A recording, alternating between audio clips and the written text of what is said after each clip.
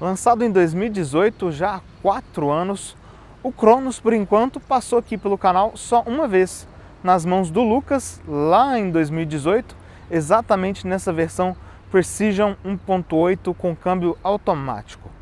Agora, no canto do cisne do motor e torque, a gente vai revisitar esse sedã compacto que eu carinhosamente apelidei de Del Rey nos últimos dias. E já adianto um pouquinho disso aqui na introdução. É um sedã compacto sim, mas com muitas boas qualidades de sedãs maiores, mas também alguns pontos negativos que remetem a carros mais antigos. Vamos nessa?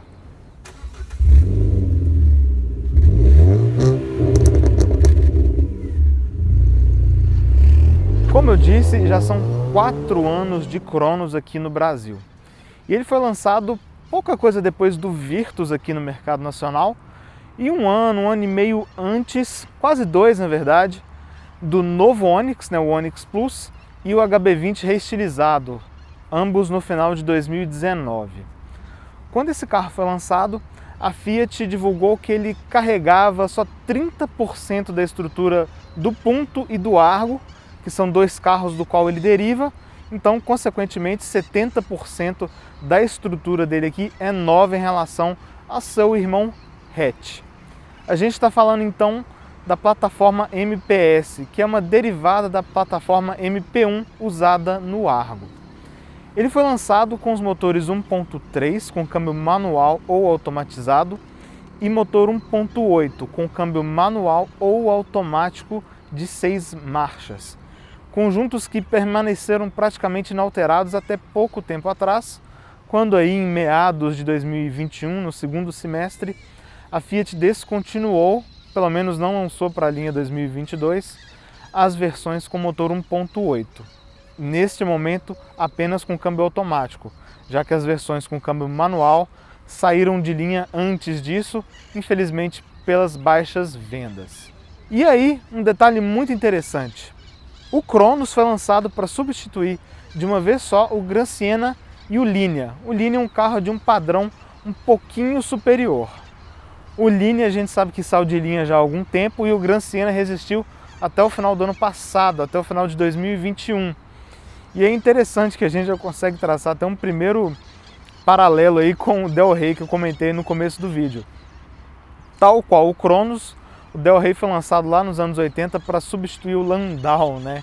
Então, são 2 carros pequenos, 2 sedãs compactos, com o objetivo de substituir carros de categorias superiores. Esse é o primeiro paralelo. Ao longo do vídeo, a gente vai passando por outros.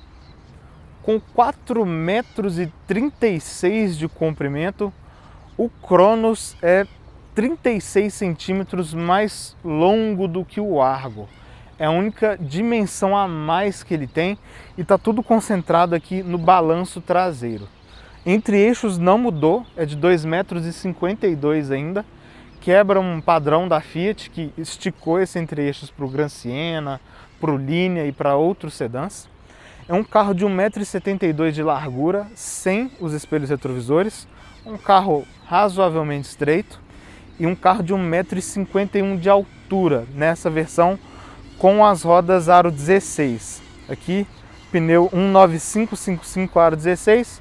E para quem gosta de saber de modelo de pneu, aqui é o Cinturato P7 de primeira geração, não de segunda, que foi lançado mais recentemente. Suspensão McPherson na dianteira, tradicional, com barra estabilizadora, freios a disco ventilados e na traseira, eixo de torção com freios a tambor. Como é um carro mais comprido do que o Argo e com outro objetivo, a Fiat também recalibrou a suspensão com atenção especial para a parte traseira, para deixar o comportamento do carro até mais condizente a um sedã que tem uma proposta familiar. Na hora que a gente estiver andando, a gente conta um pouquinho mais de como é que ficou o rodar desse carro dentro da linha Fiat.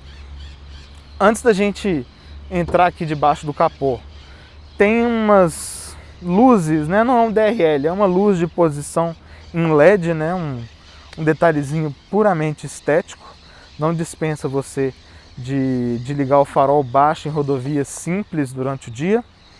Na frente a gente tem uma diferença razoavelmente sutil aí em relação ao Argo, né? A estrutura geral é a mesma, mas o para-choque é diferente, a grade tem esse friso cromado aqui, né? A ideia da Fiat era dar um pouquinho mais de sofisticação à cara do carro, mas eu acho que talvez tenha ficado um pouquinho pesado. No lançamento eu sei que muita gente estranhou, eu fazendo parte desse grupo, mas com o tempo a gente acaba acostumando. E vamos lá, aqui debaixo do capô, o e-Torque. E-Torque que foi lançado aqui no Brasil em julho de 2010, equipando o Punto, Ideia, Estrada de Venturi, a linha Palio de então, que ainda era da primeira geração. E nesses aí 11 anos e poucos meses de serviços prestados, ele mudou bastante. Então aqui a gente já tem a versão Evovis, a Evo lançada no Renegade de 2015 e essa Evovis aqui lançada na Toro em 2016. Então a gente está falando de um motor de 135 cavalos de potência na gasolina e 139 no álcool. Isso a 5.750 rotações por minuto, independente do combustível. De torque, 18,3 kgfm na gasolina e 19,2 no álcool. Isso a 3.750 giros. É um motor 1.8, são potências aí normais para essa faixa de cilindrada, só que a faixa de cilindrada já está um pouco ultrapassada, né? Caiu em desuso, vamos dizer assim. Então acaba que ele fica um pouco perdido, ficava, né? Agora que ele foi descontinuado, ficava um pouco perdido aí diante de seus concorrentes, que ofereciam motores 1.5, 1.6, não tão potentes, só que mais econômicos, ou motores 1.0 turbinados, mais econômicos e mais potentes. Esse motor foi descontinuado no final de 2021 devido às novas regras do Proconv, né, a PL7. Então, aquele mantra da engenharia, né, tudo é possível, sim, a questão é o custo, né, e com certeza a Fiat viu que pelo número de vendas desse carro, pelas opções que eles tinham de prateleira, não faria sentido investir tanto dinheiro nesse motor para ele atender às novas regras de emissão. Sendo um derivado do Argo, não dava para esperar nada muito diferente do Cronos aqui por dentro. Então a gente tem a mesma estrutura básica do painel aqui, na verdade o mesmíssimo painel, só que obviamente a gente tem algumas cores diferentes aqui em relação ao seu irmão menor, né? Tenho certeza que vocês já notaram que nessa versão Precision a gente tem essa parte, nessa cor cacho de uva, vamos dizer assim, né? Um vinho amarronzado, ou um marrom avinhosado, não sei. E é a mesma cor que a gente tem nos bancos, né? Então é um detalhe interessante que quebra um pouco a mesmice, mas eu acho, opinião pessoal, que muita gente não deve gostar muito dessa combinação. Talvez ache um pouquinho exagerado, por mais que no dia a dia seja algo discreto e às vezes até um pouco difícil de notar. Mas como eu disse, né, a mesma estrutura básica do painel aqui, então as boas e também as más heranças do Argo. Boa herança, 3 saídas centrais de ar-condicionado, isso aqui é muito bom, um ar-condicionado muito eficiente também, importante dizer. A gente tem a central multimídia numa posição fácil, ela tem espelhamento via Apple CarPlay e Android Auto, mas ainda é um espelhamento com fio, né? A entrada fica aqui no console central. Central flutuante, eu lembro que uma vez numa avaliação do Argo que o Lucas fez, um comentarista gênio falou: nossa, mas é óbvio que ela não é flutuante, ela não flutua. As pessoas chegaram nesse nível. É um visual flutuante, né, gente? O carro é um carro, né? Não uma nave espacial. Mas é uma tela razoável, é uma definição ok. O porém é que o espelhamento via Apple CarPlay fica numa janela muito pequena, né? Não completa a tela. Então fica um pouquinho chato visualizar mapa de vez em quando, mas é algo com que dá para acostumar também. As teclas piano aqui, né, no painel, logo abaixo das saídas de ar, detalhezinho interessante também. Não tem muito comando aqui, farol de neblina, controle de tração, pisca-alerta e o controle das travas. Ar-condicionado digital, aqui ele é de uma zona só, então você consegue regular aí de acordo com a sua preferência. O que eu acho uma grande falta nesse carro, um grande pênalti nesse carro, é a ausência de muitos porta-objetos. Então olha só, aqui eu tenho um porta-copos que mal encaixa o celular. Se eu tiver com o cabo ligado aqui para espelhar, fica pior ainda. Tem um pequeno porta-objetos aqui, até com um tapetinho inclusive, logo debaixo do freio de mão, mas não dá para colocar muita coisa. Eu deixo as chaves aqui, né, um tapetinho emborrachado, então pelo menos não faz muito barulho. Nessa versão automática, a gente tem esse prático apoio de braço aqui, que ele é escamoteável. E eu me lembro também, acho que foi até no primeiro vídeo do Cronos que a gente fez, de uma pessoa ou outra reclamando bastante efusivamente disto, falando que era coisa de pobre, uma coisa extremamente simples, de mau gosto, que ele tinha um carro desse na loja dele para vender, que ninguém comprava o carro por causa disto. É um apoio de braço, gente, ponto. Não tem nada de errado com ele aqui, mas obviamente não é daquele tipo baúzinho, né, para você guardar alguma coisa, mas atende ao objetivo dele. Volante multifuncional, que sem nada fora do padrão Fiat. Então, comandos do computador e telefone à esquerda e do piloto automático à direita. Aqui no meio também o cluster típico da linha Argo, né, velocímetro, conta-giros.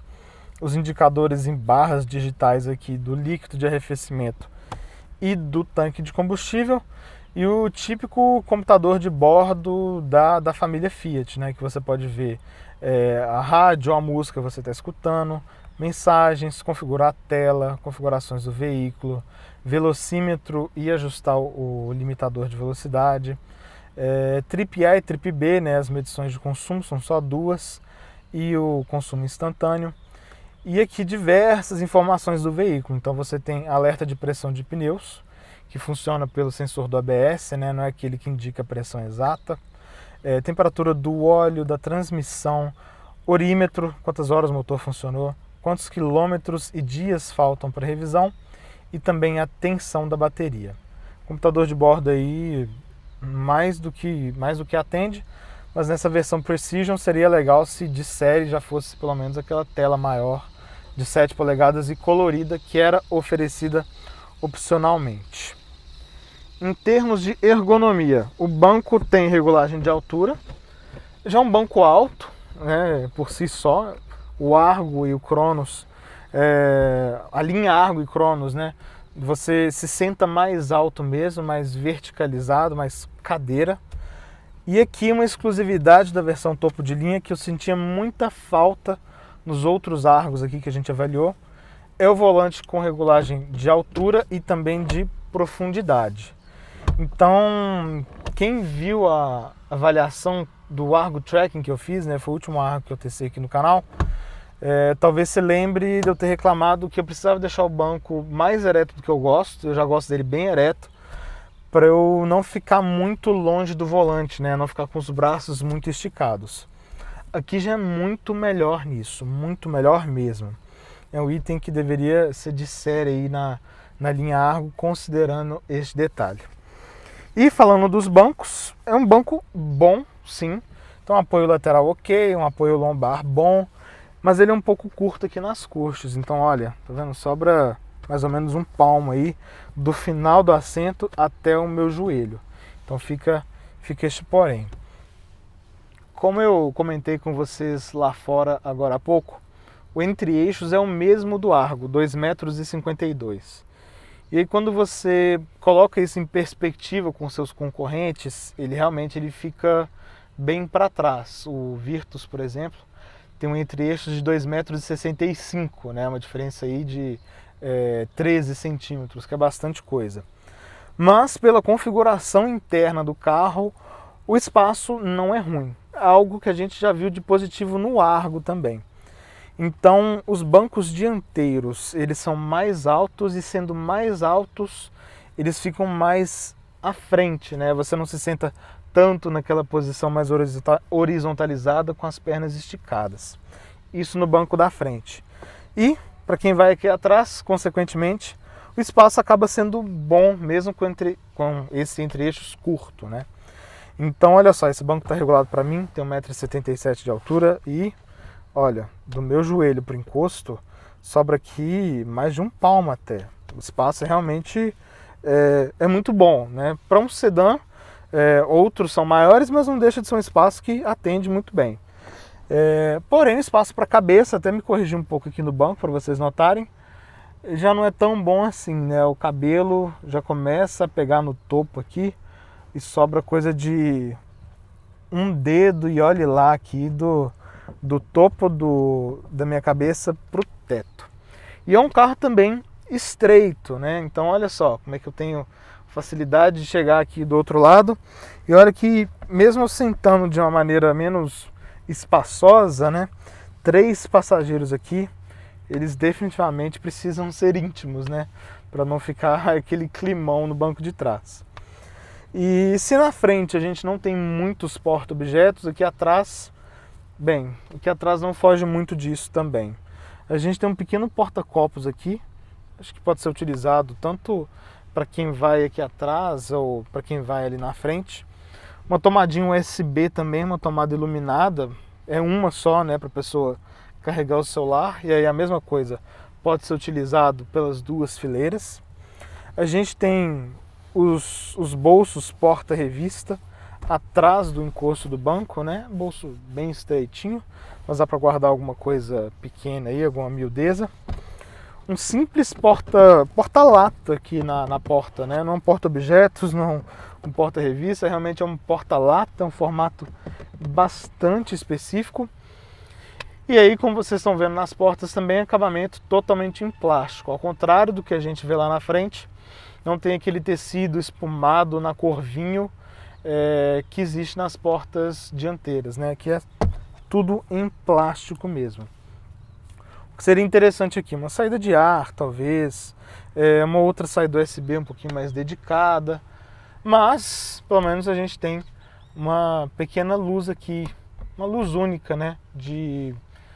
Para o passageiro do banco traseiro.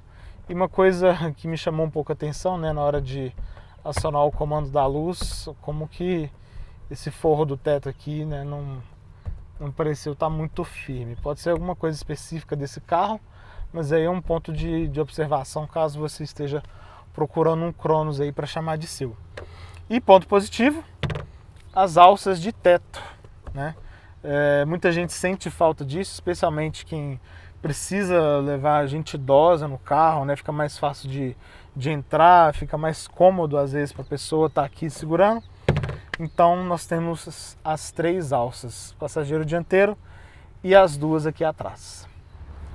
E aqui um dos grandes trunfos do Cronos, com 36 centímetros a mais de comprimento em relação ao largo, igual eu comentei, e todos aqui no balanço traseiro, o porta-malas saltou dos 300 litros do Argo para os 525 litros aqui do Cronos. Antes da gente entrar no porta-malas, eu não posso deixar de comentar como esse carro é especialmente bonito neste ângulo específico que o Lucas está filmando. Então acho que é um segmento dele que remete até aos Alfa Romeo, né? Com essa lanterna traseira em LED, essa caída de teto bem feita em relação ao Argo. Então visualmente daqui eu acho que é um carro bastante bonito, especialmente nessa versão topo de linha, com rodas de liga leve e esses detalhes cromados. Mas vamos lá, vamos para o porta-mala. Uma coisa que eu gostei bastante, eu vou até repetir para vocês notarem, a tampa ela sobe suavemente no final do curso aí dela, né? Então, detalhe muito positivo. E aqui, 525 litros de porta-mala, como eu disse, né? Um dos maiores da categoria. Ele ganha inclusive do Virtus por 4 litros aí, praticamente um empate técnico. Tem o revestimento em plástico aqui no batente, ele é todo revestido internamente. Ele tem uma luz aqui, acho que, não sei se vocês vão conseguir notar, mas é onde eu estou passando a mão aqui. Ele ainda tem as alças pescoço de ganso, porém, pelo que eu estou vendo aqui, essas alças ficam até bem na reta da caixa de roda, então não chega a atrapalhar muito na hora de guardar alguma mala, mas é algo que você precisa ter um cuidado ainda assim. E aqui de baixo, né, a gente está com o equipamento aqui, não vai ser um pouco difícil de mostrar, mas aqui de baixo a gente tem também o step, né, de baixo e por dentro, não é de baixo e por fora. Por baixo e por dentro já é um padrão da Fiat e é bom ver que continuou dessa maneira aqui. A tampa também toda revestida, que é um ponto positivo. Não me lembro de qual carro algum sedã que a gente avaliou que não tinha esse revestimento, talvez tenha sido o Yaris, mas não tenho certeza. Mas aqui falta um puxador, né, para você fechar a tampa por aqui. Você acaba tendo que puxar pela lataria e, dependendo, suja as suas mãos. Espaço bom, uma traseira bonita. Está explicado aqui qual foi a grande diferença, né, o grande objetivo de projeto da Fiat quando fez o Cronos. Porta-malas, manteve o espaço interno, mas porta-malas aqui uma diferença realmente bastante expressiva.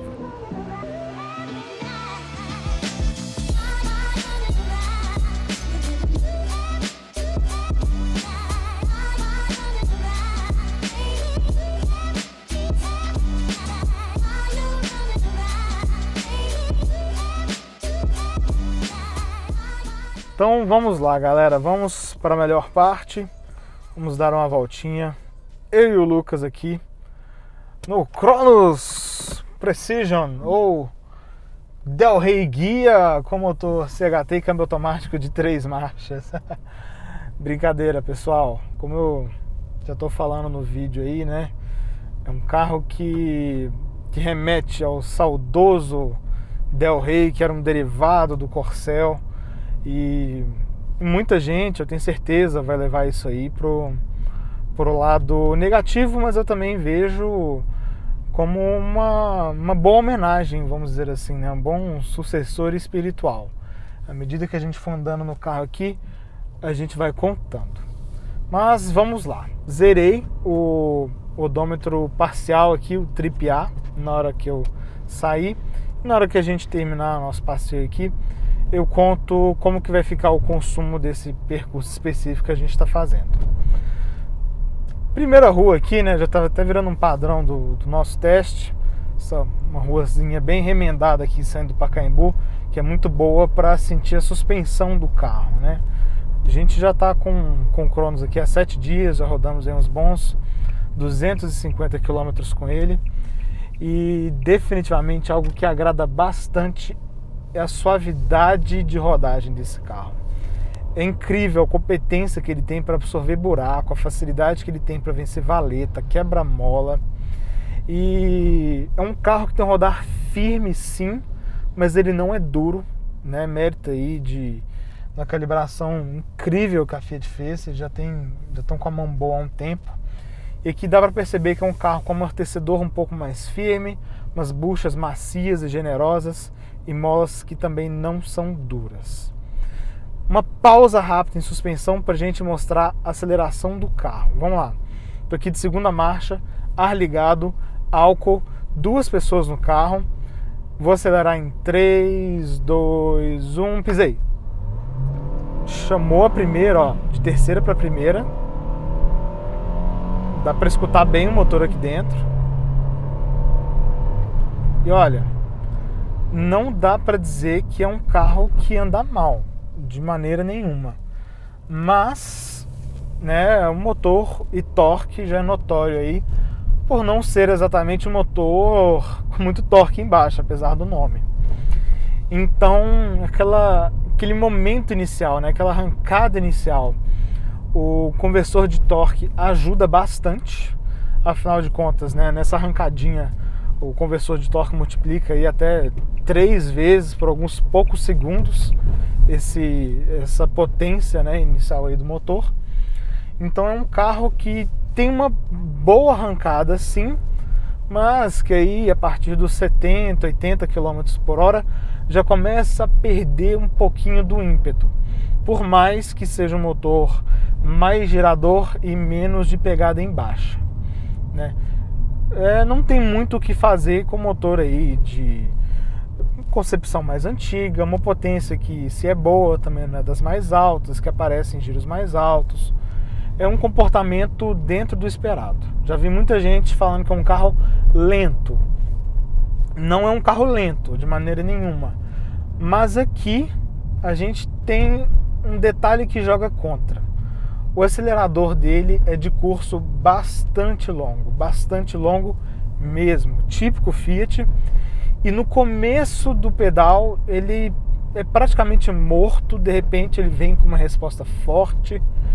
E isso é uma maneira de tentar fazer o consumo ficar um pouquinho mais agradável. Na hora que a gente terminar a nossa volta, a gente entra nesse mérito, mas como já é notório e já adianto, o consumo não é exatamente o ponto forte desse carro. Mas andando numa boa, seguindo aí na maciota, tranquilo, em ruas de bairro, trânsito das grandes cidades, que verdade seja dita, muito dificilmente você passa aí dos 60 km por hora, é um desempenho que mais do que atende, e ainda por cima com esse mérito da suspensão muito confortável. Ajuda também a direção elétrica, que tem um peso muito bom, é leve em manobra, muito fácil em manobra mesmo, peso de um dedo, e ganha um peso legal aí quando você está em velocidades mais altas, né? Então é um bom companheiro urbano, né? Pela suspensão, pela direção, pela resposta do motor, que se não é incrível, atende bem, né, nesse tipo de situação. Então não é aquele tipo de carro que vai te fazer passar raiva no dia a dia, não, de maneira nenhuma. Aqui definitivamente a gente pode dizer que essa suavidade de rodagem, né, motor silencioso, motor que não vibra em baixa, ajudam a tornar esse ambiente interno aqui mais agradável. Câmbio automático aqui, já tradicional da linha Fiat, tradicional no mercado também, é o Aisin de 6 marchas. Não sei exatamente o que andou acontecendo com as pessoas nos últimos tempos, que começaram a ter medo de câmbio automático de novo, né? Pelo menos alguns comentários que aparecem no vídeo, criticando bastante este câmbio e também o câmbio que é usado na Volkswagen, que curiosamente é a mesma transmissão. Para os que criticam, que falam que não presta porque é Fiat, porque vai estragar rápido, porque não vale nada, porque vai dar problema XYZ, é uma transmissão da Aisin, ou seja, é uma transmissão fornecida pela Toyota. Acho que ninguém questiona a durabilidade, a confiabilidade da fabricação da Toyota. É um câmbio já antigo, sim, isso é um ponto negativo, isso atrapalha em consumo e desempenho, mas aqui com uma programação muito boa. Lembrando que não é só porque que a gente tem a mesma transmissão que a Volkswagen usa, por exemplo, que o câmbio se comporta de maneira parecida, bem longe disso.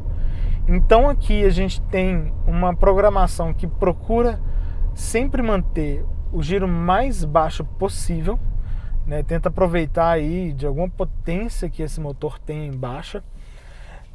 Então um carro que empilha marchas com uma facilidade, chega a ser admirável em alguns momentos do trânsito, né? Você está 45, ele já bota uma quinta, acho que muita gente gosta disso. E é um câmbio também que ele se segura bastante no conversor de torque. Então é interessante notar como ele, em alguns momentos você está numa subida, você pensa, ok, esse carro vai manter segunda. Não, ele bota uma terceira e segura no conversor de torque com uma rotação mais alta, que seria uma meia marcha, vamos dizer assim, para evitar subir o giro demais e prejudicar o consumo, ao mesmo tempo que dá uma certa sensação de resposta do carro, né? Então um câmbio que você não percebe funcionando, é realmente admirável. É muito difícil você sentir qualquer hesitação dessa transmissão. Eu acho que é um grandíssimo ponto positivo. E faz sentido, né, quando a gente considera aí que é um carro voltado para conforto mesmo. O Argo também é um carro bastante confortável, mas aqui a gente tem uma calibração diferente de suspensão, porque obviamente a gente está falando de outro peso, outra dimensão, né? Então é necessário refazer um trabalho nesse sentido. Continua sendo um carro muito confortável, incrivelmente confortável, como eu comentei com vocês. E acho que de certo modo, né, palavra um pouco exagerada, mas eu vou usar ela para fins dramáticos, acaba sendo até perigoso. Por quê? Um carro tão suave, que você perde um pouco da referência que você tem do que é um buraco perigoso para você cair, o que é um buraco que você precisa desviar, do que é um buraco que você pode passar, justamente por essa progressividade que ele consegue absorver. Então é um ponto de atenção aí, né? É um carro muito bom de suspensão, mas não se esqueça que os buracos ainda estão na pista, né? Digo isso porque aqui são pneus de medida relativamente baixa, não é um pneu exatamente baixo, mas também não é um pneu exatamente alto.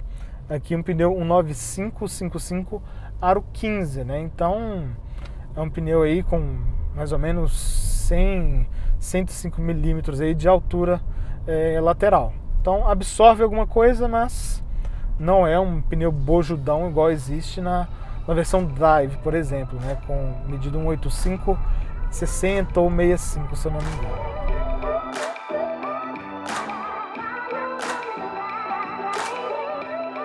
Então, muito falei dos paralelos com o Ford Del Rey aqui, né? Carro muito suave de rodar, sim, ponto positivo. Porte compacto, que é um ponto positivo para a cidade. Inclusive, esse carro é até um pouco mais curto do que o saudoso Del Rey, pouca coisa mais comprido do que ele também.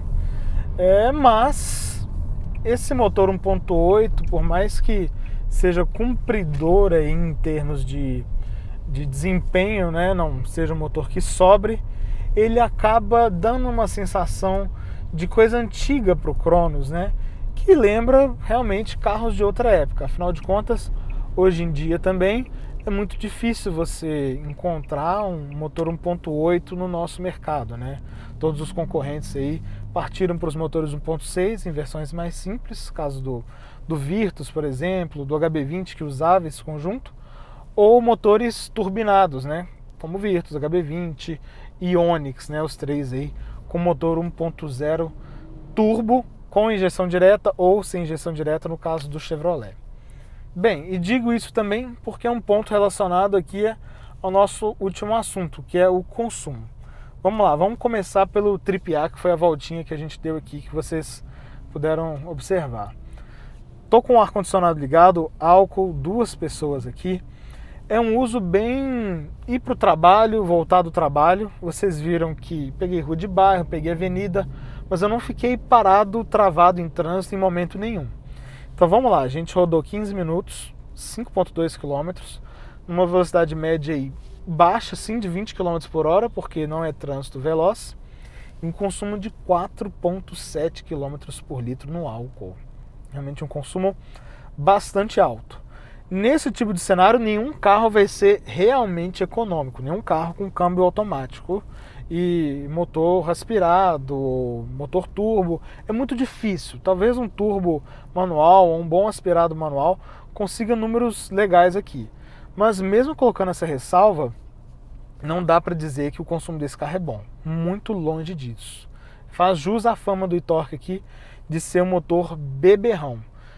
Inclusive, eu esperava ter um consumo melhor no Cronos do que eu encontrei no Renegade. E olha que os dois aqui estão pau a pau, né? Um consumo bastante parecido. E aí, no tempo todo que a gente rodou com o carro nesses dias, foram 233 km com a velocidade média de 18 km por hora e um consumo médio de 5.8 km por litro. Muito baixo também. Para dar um contexto maior aqui dessa utilização, em avenidas de 50, 60 por hora, com poucas interrupções para sinal e sem ar-condicionado, você consegue fazer ali ao redor dos 9, 10 km por litro. Em vias mais expressas, vamos botar aí, por exemplo, o corredor norte-sul aqui em São Paulo, com ar-condicionado, você consegue fazer aí na faixa dos 11, 12 km por litro com ar também. Nas marginais o consumo já ficou bastante melhor. Só em marginal andando 80, 90, sem ar, números na casa dos 15 km por litro, já é, né, uma coisa mais agradável de se ver. E em ruas de bairro, né, num cenário bem parecido com esse que vocês viram, 4,5 km por litro, o que fechou nessa média total aí na casa dos 6 km por litro, né? Infelizmente a gente não conseguiu testar esse carro em estrada dessa vez, foi uma rodagem totalmente urbana, mas pelo que a gente vê, o grande vilão aqui realmente é um conversor de torque que fica patinando bastante nas trocas, para dar um conforto, para dar uma sensação um pouquinho melhor de resposta e tentar ajudar o consumo, mas ainda é um conversor de torque. Um acelerador que também é um pouco exagerado, né? Falta ação no começo do curso e de repente ele responde de maneira exagerada. E também, claro, um motor 1.8 de concepção mais antiga. Lembrando que já no lançamento do e-torque, lá em 2010, uma das grandes críticas que eram feitas aos carros da Fiat com motor 1.8 de então, que era o motor Chevrolet, era o consumo. E quando o e-torque foi lançado, o consumo ficou ainda pior, foi um movimento oposto do esperado. Nesses 11 anos aí, a Fiat tentou, mas consumo urbano continua não sendo um ponto positivo deste motor. Depois de 7 dias e 250 quilômetros rodados com Cronos em ambiente estritamente urbano, vamos agora para os nossos pontos positivos, negativos e as nossas considerações finais sobre este sedã compacto da Fiat. Vamos lá, temos 2 pontos positivos que chamam bastante atenção nesse carro. O primeiro deles, com certeza, é o conforto. Eu digo isso no sentido amplo da palavra. Então a gente tem um carro muito bom de suspensão, mesmo um carro muito suave de rodagem. Ele absorve praticamente todos os buracos com uma competência incrível, uma suavidade admirável, ao mesmo tempo que é um carro de rodar ainda firme. Infelizmente a gente não conseguiu pegar a estrada, mas nesses quilômetros de rodagem urbana mostrou também que é um carro de comportamento correto. Óbvio que não comportamento esportivo, mas um carro seguro de comportamento ainda. Rodar muito silencioso, muito bem isolado, de barulho de pneu, suspensão, como eu disse, funciona bem de maneira silenciosa. O motor também funciona de maneira bastante silenciosa. O câmbio que ajuda, né? Um câmbio que bota marchas altas com prioridade máxima, então um carro que funciona sempre em giros baixos. Sendo um motor 4 cilindros, é mais fácil trabalhar o isolamento de vibrações dele, então é um carro que você não nota vibrar. Então, de modo geral, um carro muito confortável nesse sentido. É um carro agradável de se estar, um carro até bem tranquilizador de encarar o trânsito pesado, vamos dizer assim. O segundo ponto positivo é o espaço. Porta-malas, como vocês viram, com 525 litros, é o maior da categoria, é um baita de um porta-malas. O espaço traseiro aqui, mesmo preservando o mesmo entre eixos do Argo, também é muito bom. Na categoria ele perde principalmente para o Virtus, que é um carro de entre eixos bem maior, mas ele não fica tão mal situado assim quando você compara com o Onix, com o HB20, por exemplo, que são outros 2 fortes concorrentes. Então, porta-malas cabe tudo da família inteira, espaço aqui para 4 pessoas, mais do que atende. Óbvio que com a ressalva do espaço para a cabeça que eu disse, se você for um pouco mais alto, talvez você tenha um pouquinho mais de dificuldade para se encontrar, mas ainda assim um ponto positivo. Temos também pontos negativos. O primeiro deles, definitivamente, é o consumo urbano. Esse carro bebe bastante. A gente rodou esses dias todos com álcool. Como vocês viram aí, a gente está falando de médias urbanas, né? A média do tanque, do longo prazo aí, de 6 km por litro, mesmo no finalzinho de férias aqui em São Paulo, com um trânsito ainda mais leve do que o normal. É um consumo muito, muito alto. Em vias expressas, o consumo melhora um pouco. Isso faz, né, com que a gente espere que o consumo em estrada não seja tão ruim assim, mas se você for comprar o carro para rodar só em ambiente urbano, só em trânsito pesado, se prepara aí para ver médias de consumo gerando 4,5 km por litro se você rodar só em ruas de bairro. isso usando álcool. E o segundo ponto negativo, também muito importante, talvez até mais do que o primeiro, é segurança. É um carro que no último teste do Lightning Cap, que foi realizado em dezembro de 2021, dezembro do ano passado agora, ele zerou, não recebeu nenhuma estrela.